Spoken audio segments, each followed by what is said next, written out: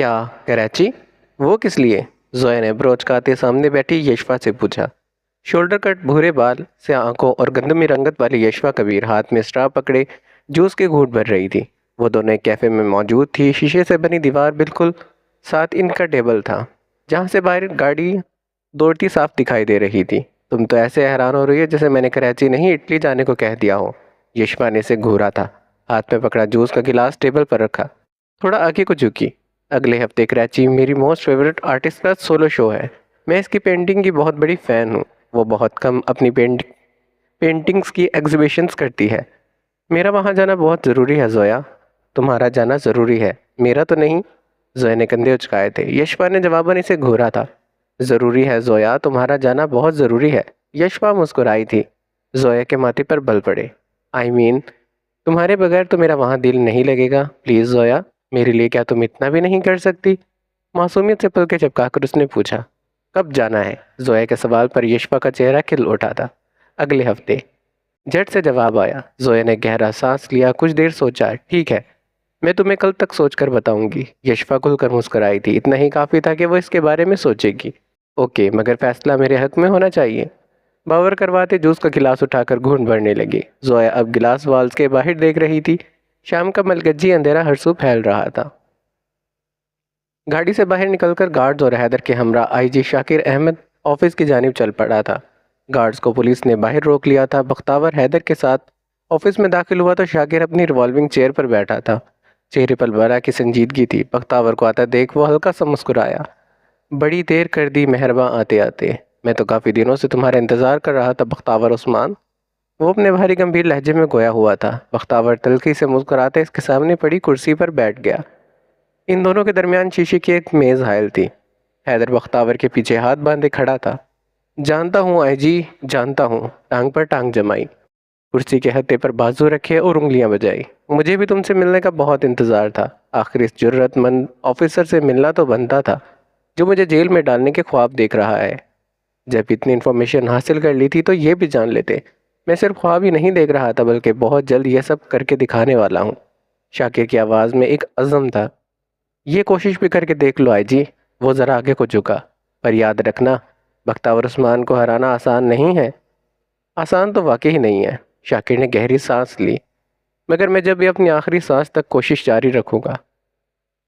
اس بار بختاور کا بلند قہقہہ کمرے میں گونجا تھا۔ جانتے ہو، آج تمہاری باتیں سن کر مجھے وہی پولیس آفیسر یاد آ گیا جس نے میرے باپ کے خلاف ثبوت اکٹھے کیے تھے۔ کیا نام تھا اس کا؟ تھوڑی پر انگلی رکھی جیسے یاد کر رہا ہو۔ ہاں، کامران طاہر۔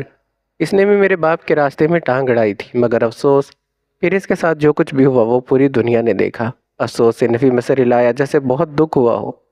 تم مجھے دھمکا رہے ہو؟ شاکر نے آنکھیں سکیڑی تھی۔ دھمکا نہیں رہا، بس یاد دلا رہا ہوں حد سے بڑھنے والوں کا انجام کیا ہوتا ہے۔ مجھے یاد دلانے کی تمہیں ضرورت نہیں ہے بختاور۔ مجھے اچھی طرح یاد ہے تمہارے باپ نے کامران طاہر کے ساتھ کیا کیا تھا۔ مسکراتے کرسی کے ساتھ اس نے ٹیک لگائی تھی۔ اور یہ بھی یاد ہے اس کے بعد عباس خان نے جو کچھ تمہارے باپ کے ساتھ کیا وہ بھی ساری دنیا نے دیکھا تھا۔ بختاور کی مسکراہٹ غائب ہوئی تھی۔ چہرے کے گرد سختی آ گئی، ماتھے کی رگیں تن گئی تھی۔ حیدر نے تھوک نگلا۔ جو بات آج تک اکیلے میں بھی کسی نے کہنے کی جرأت نہیں کی تھی وہ شاکر احمد نے اتنی آسانی سے بختاور کے سامنے کہہ دی تھی۔ بختاور کرسی دھکیلتے ایک جھٹکے سے کھڑا ہوا۔ جتنے ہاتھ پاؤں مارنے ہیں مار لو، پر میں ابھی سے تمہیں بتا رہا ہوں تم صرف اپنا وقت برباد کر رہے ہو۔ تمہارے جیسے لوگوں کو مٹانے کے لیے میرے پاس وقت ہی وقت ہے بختاور۔ تو بہتر یہی ہے تم میرے وقت کی فکر چھوڑ کر اپنے بارے میں سوچو۔ ضرور، بختاور نے سر ہلایا جیسے اس کی ہر بات مانتا ہو۔ پھر کوٹ کا واحد بٹن بند کرتے دروازے کی جانب مڑا۔ گزرتے ہوئے میز پر رکھا شو پیس ہاتھ مار کر گرا دیا اور ایک بھی نظر پیچھے ڈالے بغیر آگے بڑھ گیا۔ شاکر سر جھٹکتے فرش پر بکھرے شو پیس کے ٹوٹے ہوئے ٹکڑوں کو دیکھ رہا تھا جو جان بوجھ کر گرایا گیا تھا۔ یہ صرف غصہ دکھانے کا ایک طریقہ تھا۔ میری بالکل بھی فکر کرنے کی ضرورت نہیں ہے، میں اپنا خیال رکھ لوں گی۔ ویسے بھی صرف ایک ہفتے کی بات ہے۔ وہ کچن میں کھڑی چائے بنا رہی تھی۔ اس نے ختیجہ سے کراچی جانے کا پوچھا تو انہوں نے اجازت دے دی تھی، مگر ابھی سے یہ فکر لاحق ہو گئی تھی کہ انہیں اکیلے چھوڑ کر کیسے جائے۔ پر اماں، اگر میں وہاں چلی بھی گئی تو مجھے آپ کی فکر ہوتی رہے گی، اس سے تو اچھا ہے کہ میں جاؤں ہی نہ۔ چائے کپ میں اڈیل کر ختیجہ کے سامنے رکھی۔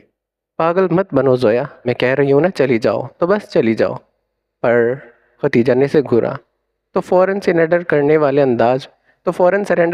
انداز میں ہاتھ اٹھا دیے۔ ٹھیک ہے میں چلی جاؤں گی۔ کچھ ہی دیر کے بعد یشفا کو کال کر کے اس نے کراچی جانے کی حامی بھر دی تھی۔ پھر بھی مجھے ابھی تک سمجھ نہیں آ رہا تمہارا سسر مان کیسے گیا؟ آصف نے ہنستے ہوئے کہا تھا۔ وہ فون کان سے لگائے گھر کے داخلی دروازے کے سامنے کھڑا تھا۔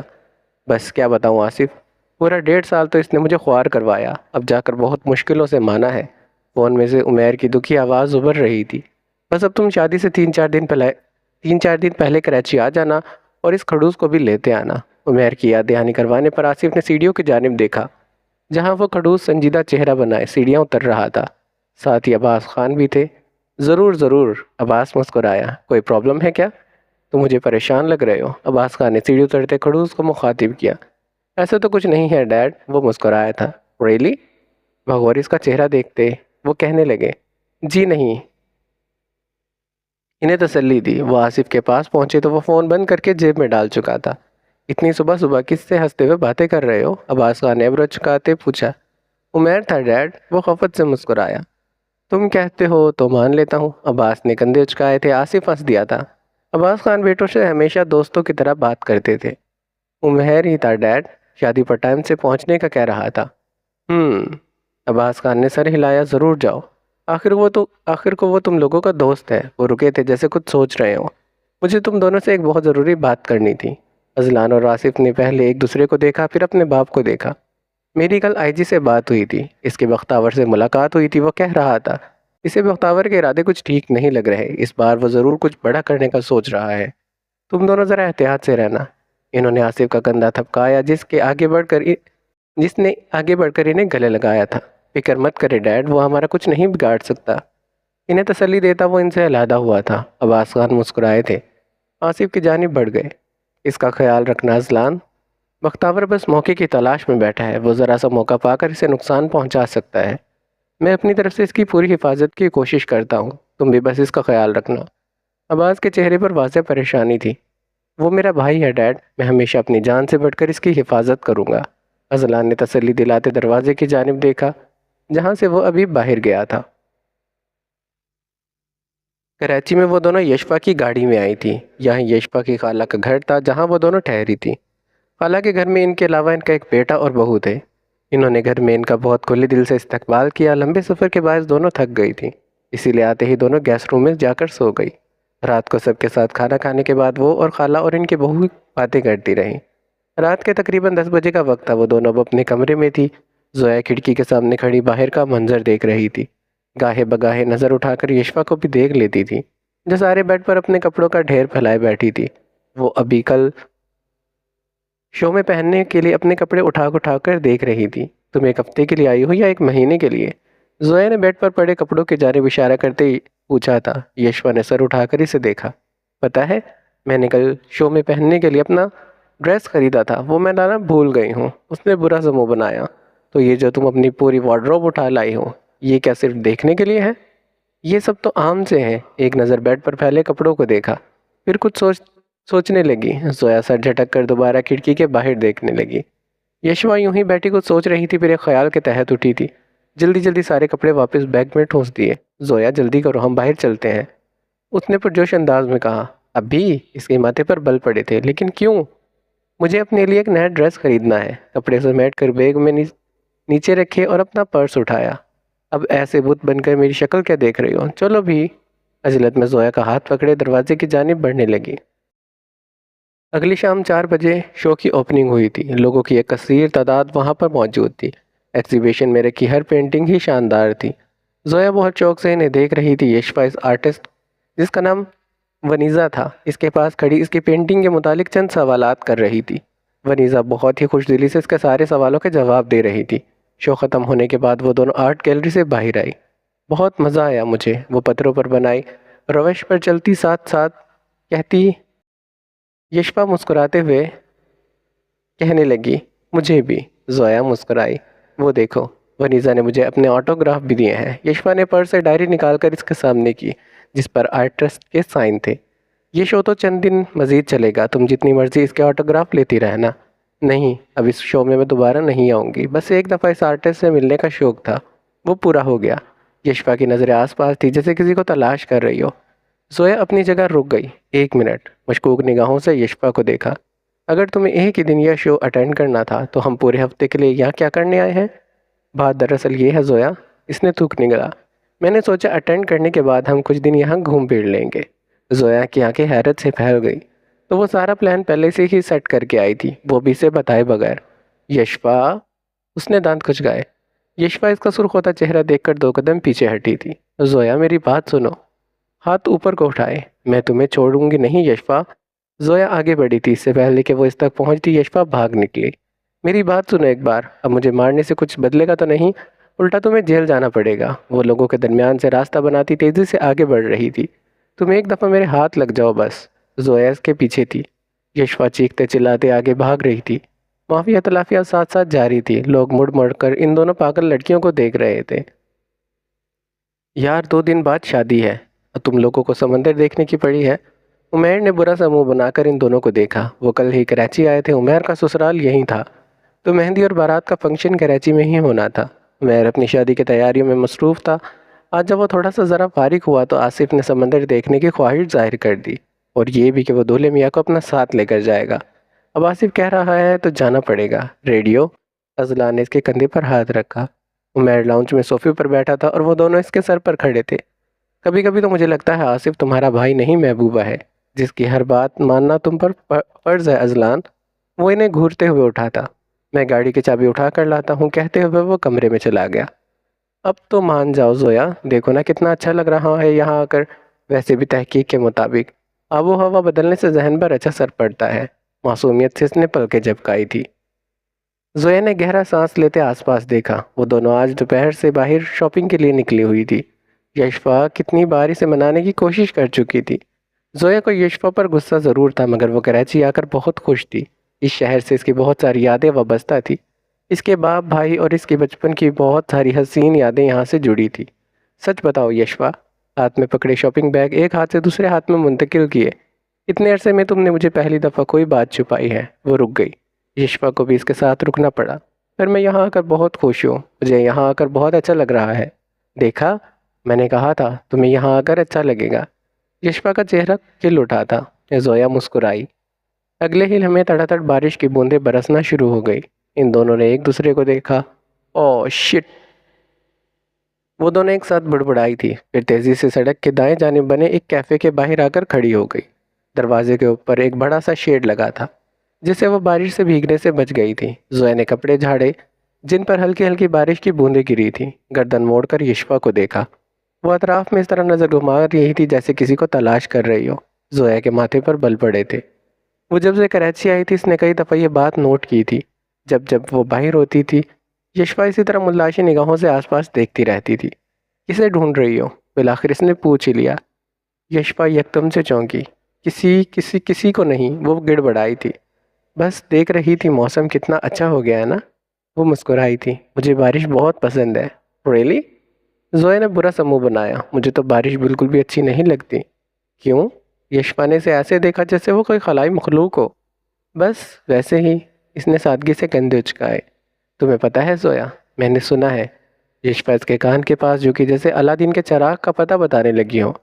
جب دو محبت کرنے والے ملتے ہیں نا، تب بارش ہوتی ہے۔ زویا کی یکدم ہنسی چھوٹ گئی۔ وہ گردن پیچھے کو پھینک کر ہنستی چلی گئی۔ او مائی گاڈ یشپا، یہ ساری بیکار باتیں تم کہاں سے سنتی ہو؟ اس نے اپنی ہنسی پر بمشکل قابو پایا تھا۔ یشپا کو برا لگا۔ نہ کرو میری بات کا یقین۔ مجھے کیا؟ اس نے لاپرواہی سے کندھے اچکائے۔ کچھ ہی دیر کے بعد بارش برسنا بند ہو چکی تھی۔ ان دونوں نے تھوڑی بہت شاپنگ کی، پھر کراچی کی مشہور بریانی کھائی جس کا پہلا بائٹ لیتے مرچوں کی وجہ سے دونوں کے چہرے سرخ ہو گئے تھے، آنکھیں پانی سے بھر آئی تھی۔ وہ مشکل تھوڑی سی بریانی کھا کر 7-8 گلاس پانی کے پیے تھے۔ اب وہ یشپا کے سرار پر سمندر دیکھنے آئی تھی۔ وہاں آس پاس اور بھی بہت سے لوگ اپنی فیملی اور دوستوں کے ساتھ نظر آ رہے تھے۔ زویا نے جوتا اتار کر سائڈ پر رکھا، اس بات سے انجان کہ اس نے بہت بڑی غلطی کی تھی۔ وہ ننگے پاؤں گیلی ریت پر چل رہی تھی۔ تیز ہوا اس کے سیاہ بالوں کی چند لٹیں پونی سے نکال کر باہر کو جھلا رہے تھے۔ یشپا بھی اس کے ساتھ تھی۔ زویا کی طرح اس نے بھی اپنا جوتا نہیں اتارا تھا۔ اس سے ذرا دور فاصلے پر 5-6 لڑکوں کا ایک گروپ کھڑا تھا، وہ مل کر کوئی انگلش گانا گاتے ساتھ ویڈیو بنا رہے تھے۔ When I see ocean, I reminds me of your eyes. Zoya کے قدم لحظہ بھر کو رکے تھے۔ ذہن کے پردوں پر 2 نیلی آنکھیں روشن ہوئی تھی۔ زویا وہ دیکھو، وہ بچہ کتنا پیارا ہے نا؟ یشوا کی آواز پر وہ ایک دم چونکی تھی۔ یشوا اس کی اندرونی کیفیات سے بے خبر اس کا ہاتھ پکڑے اسے ایک عورت کی جانب لے آئی جس نے ایک بچے کو اٹھا رکھا تھا۔ یشوا نے عورت سے اجازت لے کر اس کے بچے کو اٹھایا۔ بھرے بھرے گول مٹول گال، سفید رنگت اور بھورے بالوں والا بچہ زویا کو بہت کیوٹ لگا تھا۔ اس کا نام کیا ہے؟ عورت جو یقیناً اس بچے کی ماں تھی اس کے سوال پر مسکرائی تھی۔ اذلان، جواب آیا تھا۔ زویا کو لگا اس کا سانس تھم گیا تھا۔ کیا یہ سب ایک اتفاق تھا؟ یہ سارے اتفاق آج ہی کے دن ہونے تھے یا پھر یہ صرف اس کا وہم ہے؟ سوالات ان گنت تھے اور جواب۔ اسے پکڑو زویا، میں تم دونوں کی تصویر بناتی ہوں۔ یشوا نے بچے کو اس کے جانب بڑھایا تھا۔ زویا نے مسکراتے اسے بازو میں لیا۔ یشوا اب ان دونوں کی تصاویر اپنے موبائل میں اتار رہی تھی۔ وہ سمندر کے پاس بنے ایک اوپن ایئر ریسٹورانٹ سے نکل رہے تھے۔ عمیر کو کسی سے فون پر بات کرنی تھی تو وہ ریسٹورانٹ میں تھا۔ یہاں کا موسم کافی اچھا ہے، آصف نے آس پاس نگاہ دوڑاتے کہا تھا۔ کچھ دیر پہلے والی بارش سے موسم میں خاصی تبدیلی آئی تھی۔ آسمان پر سیاہ بادل ابھی بھی ڈیرا جمائے بیٹھے تھے۔ ٹھنڈی ہوا روح کو تازگی بخش رہی تھی۔ اذلان کی نگاہیں اپنے فون پر تھی جس پر وہ کچھ ٹائپ کر رہا تھا۔ اسی پر آصف کی نگاہ بے ارادہ ہی ذرا فاصلے پر کھڑی لڑکی پر پڑی۔ وہ اپنی جگہ پر ساکت ہو گیا۔ اذلان، سرگوشی کرتے سے بازو سے پکڑا۔ کیا ہوا؟ اذلان رک گیا تھا، ماتھے پر بل پڑے تھے۔ وہ دیکھو، آصف نے نظروں سے سامنے کی جانب اشارہ کیا۔ وہ زویا ہے، ہماری زویا۔ اذلان کو کندھے سے پکڑ کر جھنجھوڑ ڈالا۔ اذلان نے تیزی سے اس کی نظروں کا تعاقب میں اپنا چہرہ موڑا۔ وہ وہی تھی، وہ زویا ہی تھی۔ وہ اپنی جگہ سے ہل نہیں سکا۔ ٹھاٹھے مارتا سمندر، تیز چلتی ہوائیں، لوگوں کا رش، آواز کچھ بھی سنائی نہیں دی، کچھ بھی دکھائی نہیں دیا۔ دکھائی دے رہی تھی تو وہ سامنے کھڑی لڑکی جسے وہ پورے 1.5 سال کے بعد دیکھ رہا تھا۔ وہ آج پھر پتھر کا ہو گیا تھا۔ اسے ہوش تب آیا جب آصف نے اس کے کان میں سرگوشی کی۔ مجھے لگتا ہے ہم دونوں ماموں بن چکے ہیں اذلان۔ اس کا اشارہ اس بچے کی جانب تھا جسے زویا نے اٹھا رکھا تھا۔ آصف مسکرایا مگر اگلے ہی لمحے اذلان کے چہرے پر نظر پڑتے اس کی مسکراہٹ غائب ہوئی تھی۔ اس کے چہرے پر ایسا تاثر تھا کہ سوچ سمجھ کر بولا کرو۔ میرا مطلب ہے کہ میں ماموں بن گیا ہوں۔ مہذب انداز میں سینے پر ہاتھ رکھا تھا۔ اذلان کے چہرے پر سنجیدگی اسی طرح برقرار تھی۔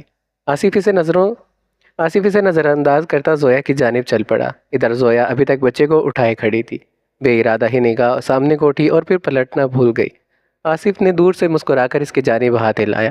زویا کو گویا سانس تھم گیا تھا۔ نگاہیں نے بے اختیار اس کے پیچھے کھڑے اذلان کی جانب رخ کیا۔ وہ اسے ہی دیکھ رہا تھا۔ دونوں کی نظریں ملی تو زویا کو اپنا دل پسلیاں توڑ کر باہر نکلتا محسوس ہوا۔ کیا وہ واقعی وہاں تھا؟ یہ بھی اس کا وہم تھا؟ وہم حقیقت تھا یا حقیقت وہم تھی؟ یہ قسمت اس کے ساتھ کیا کھیل رہی تھی؟ ہائے زویا، کیسی ہو؟ اتنے میں آصف اس کے سامنے آ کھڑا ہوا۔ زویا نے اذلان سے نگاہیں ہٹا کر آصف کو دیکھا اور مسکرائی۔ وہ حقیقت میں یہاں ہے۔ میں ٹھیک ہوں آصف، اور تم؟ او زویا، یہ تمہارا بیٹا ہے؟ اس سے پہلے کہ وہ کچھ کہتی آصف نے بچے کو اٹھا لیا تھا۔ ایسی کوئی، ماشاءاللہ کتنا پیارا ہے یہ۔ زویا کی بات سنے بغیر اپنی ہی دھن میں مگن وہ بولتا چلا گیا۔ آصف، اب کی بار زویا کو اس کا نام لے کر اسے مزید بولنے سے روکنا پڑا۔ بچے سے نظر ہٹائی، زویا کو دیکھا۔ یہ میرا بیٹا نہیں ہے۔ بچے کو آصف کے ہاتھوں سے لے لیا، اسے اس کی ماں کے حوالے کر دیا۔ تھینک یو، آپ کا بچہ بہت پیارا ہے۔ عورت جواباً مسکرائی تھی، بچے کو اٹھائے وہاں سے چلی گئی۔ سوری، میں سمجھا کہ بات اتوری چھوڑی، اب شرمندگی بھی ہو رہی تھی۔ گردن کھجاتے زویا کو دیکھا۔ تم یہاں اکیلے آئی ہو یا اپنے ہسبینڈ کے ساتھ؟ بات بدلنے کو اس نے پوچھا تھا۔ نہیں، میں اپنی فرینڈ کے ساتھ آئی ہوں، یشوا۔ زویا نے ساتھ کھڑی یشوا کو پکارا۔ وہ کسی ٹرانس کی کیفیت میں بولی تھی۔ نظریں آصف پر تھی۔ یہ آصف عباس ہے، ایک پرانا فرینڈ۔ آپ سے مل کر بہت اچھا لگا۔ یشوا بالوں کو کان کے پیچھے اڑاستے مسکرائی تھی۔ آصف نے جواباً سر کو ہلکا سا خم دیا۔ تم یہاں کیوں کھڑے ہو؟ آصف کہاں ہے؟ عمیر ریسٹورانٹ سے باہر نکلا تو اذلان کو وہاں اکیلے کھڑے دیکھ کر پوچھا تھا۔ اذلان نے جواب دینے کی بجائے آنکھوں سے اشارہ کیا جہاں وہ زویا کے ساتھ کھڑا باتوں میں مشغول تھا۔ عمیر کی آنکھوں میں حیرت ابھری۔ یہ تو زویا ہے نا؟ ہاں، ہماری زویا، اذلان نے زیر لب کہا تھا۔ عمیر نے اس کی بات نہیں سنی تھی، وہ پرجوش انداز میں زویا کی جانب دوڑا۔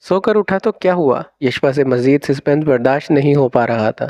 زویا نے اذلان کو دیکھا۔ اس کا چہرہ دیکھ کر کوئی بھی یہ اندازہ نہیں لگا سکتا تھا کہ اس نے اپنے جوتے اتار کر زویا کو دے دیے تھے۔ اس کا چہرہ یکدم نارمل تھا، جیسے وہاں ہر چیز نارمل ہو۔ اذلان نے ذرا نگاہ اٹھا کر اسے دیکھا۔ زویا نے اپروچ کہا کہا، یہ تم کیا کر رہے ہو؟ اذلان نے جواباً پلکے جھپکا کر اسے تسلی دی کہ پہن لو، میں اچھی طرح جانتا ہوں کہ میں کیا کر رہا ہوں۔ وہاں کسی کو بھی ان دونوں کی آنکھوں میں ہونے والی گفتگو کی خبر نہیں تھی۔ زویا نے دھیرے سے اپنے پیروں سے اس کے جوگرز قریب کھسکاتے انہیں پہن لیا۔ اتنی ہی دیر یک ٹھنڈے پاؤں ہوتے پیروں کو یکدم سے گرمائش کا احساس ملا تو زویا کو بے تحاشا سکون محسوس ہوا۔ عمیر دونوں کوہنیاں میز پر ٹکائے آگے کو جھکا تھا۔ جب وہ سو کر اٹھا تو ریلنگ پر سوکھتے اس کے کپڑے غائب تھے، کوئی انہیں چرا کر لے گیا تھا۔ یشپا نے منہ پر ہاتھ رکھ لیا۔ آصف کی ہنسی چھوٹ گئی۔ اس کا مطلب ہے کراچی میں کچھ بھی سیف نہیں ہے۔ زویا نے مسکراتے بات میں حصہ لیا تھا، کہیں اس کی خاموشی سے کسی کو شک نہ ہو جائے۔ یہاں واقعی کچھ بھی سیف نہیں ہے، نہ چیزیں نہ انسان۔ آصف کی بات پر زویا نے چونک کر اسے دیکھا تھا۔ اس کی آواز میں کچھ تھا، کچھ ایسا جو اس نے پہلے کبھی محسوس نہیں کیا تھا۔ نہ جوتے، یشپا نے اضافہ کیا۔ وہ سبھی ہنس دیے تھے۔ ویسے زویا، عمیر اس کی جانب مڑا تھا، مجھے تمہارے جوتے گم ہونے کا بہت افسوس ہے۔ یقین مانو اگر یہ کوئی مووی ہے اور تم ہیروئن ہو اور میں ہیرو ہوتا تو میں یقیناً تمہیں اس وقت اپنے جوتے اتار کر دے دیتا۔ عمیر مسکرایا تھا۔ زویا کو پانی پیتے اچھو لگا تھا۔ فوراً ہی پاؤں مزید ٹیبل کے نیچے کر لیا تاکہ کسی کی نظر نہ پڑ جائے۔ تم ٹھیک ہو؟ یشپا نے اس کی کمر تپتپائی۔ ہاں میں ٹھیک ہوں، وہ مسکرائی اور کنکیوں سے اذلان کو دیکھا۔ تم نے بتایا نہیں زویا، تم کراچی کیا کرنے آئی ہو؟ کہیں تم اب یہیں تو نہیں رہتی؟ آصف نے سوال کیا تھا۔ نہیں، میں یہاں یشپا کے ساتھ ایک ایگزیبیشن پارٹی میں آئی تھی۔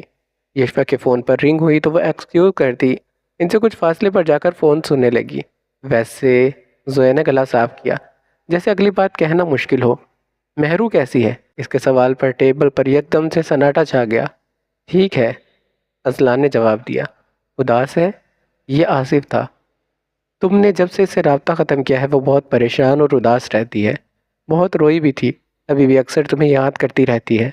زویا کا دل کسی نے مٹھی میں جکڑ لیا تھا۔ دوستوں کا بچھڑنا بہت اذیت دیتا ہے، وہ سمجھ سکتی تھی۔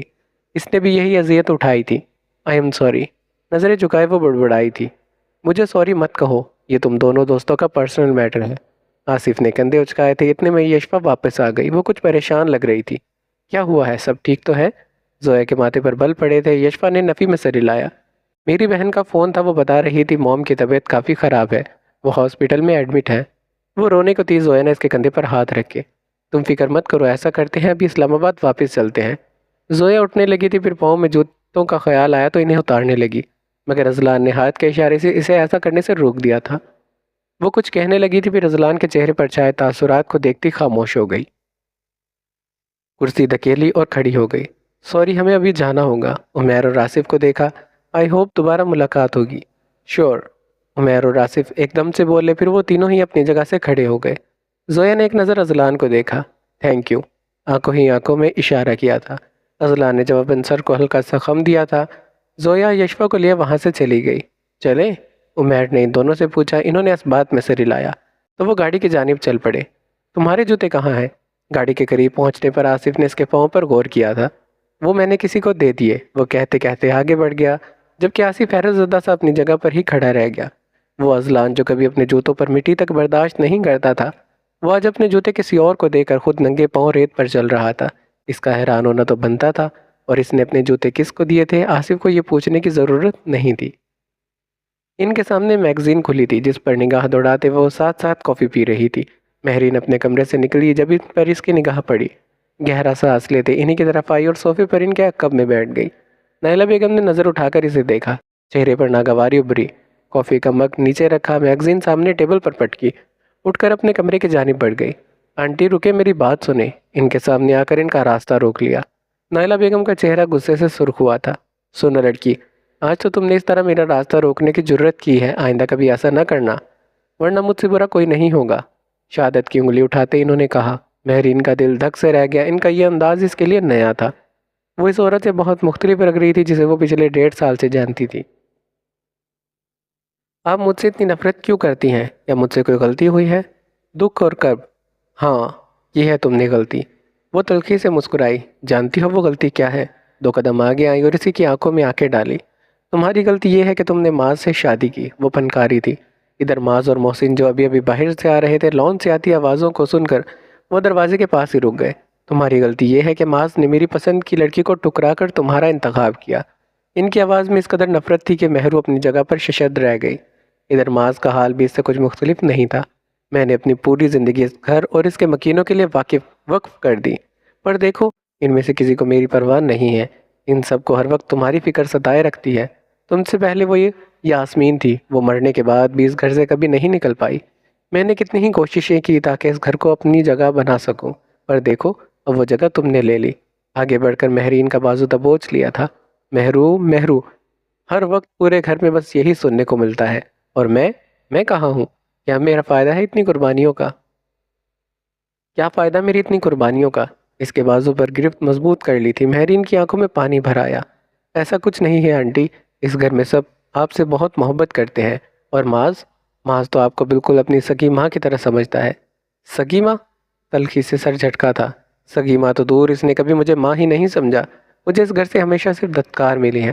جانتی ہو جب ہم اپنی ہر خوشی قربان کر کے خود کو دوسروں کے لیے وقف کر دیں اور وہ ہر بار آپ کو دھتکارتے رہیں تو کتنی تکلیف ہوتی ہے؟ میں نے اپنی ساری زندگی اس تکلیف میں گزار دی۔ مظہر مجھے ہمیشہ دھتکارتا رہا۔ اس نے مجھے کبھی بیویوں والے حقوق نہیں دیے۔ وہ مجھے اس گھر میں صرف اپنے بچوں کے لیے لایا تھا۔ اسے صرف ان سے محبت تھی۔ ان کی آنکھیں آگ برس رہی تھی۔ مہرین دم سادے انہیں سنتی رہی، اور پتہ ہے میں نے بھی پھر ٹھان لی کہ جس طرح مظہر نے میری محبت کو ٹکرا دیا تھا، میں بھی اسے اس کی اولاد سے ٹکراؤں گی۔ اسے بھی اس تکلیف سے گزاروں گی جو میں نے اتنے سالوں محسوس کی ہے۔ وہ مسکرائی تھی جیسے کوئی بہت بڑی جنگ جیت لی ہو۔ میں نے معاذ کو اس کے خلاف کرنا شروع کر دیا۔ معاذ کو اس کے متعلق وہ باتیں بتائی جن کا مظہر کو خود کبھی علم نہیں ہوگا، اور معاذ وہ بیچارہ تو ہر بار میری جھوٹی سچی باتوں کو یقین کر لیتا تھا، اور دیکھو میں اپنے مقصد میں کامیاب ہو گئی۔ معاذ اپنے باپ سے بدگمان ہو گیا۔ میں جیت گئی تھی۔ میں نے مظہر کی بازی اسی پر الٹ دی۔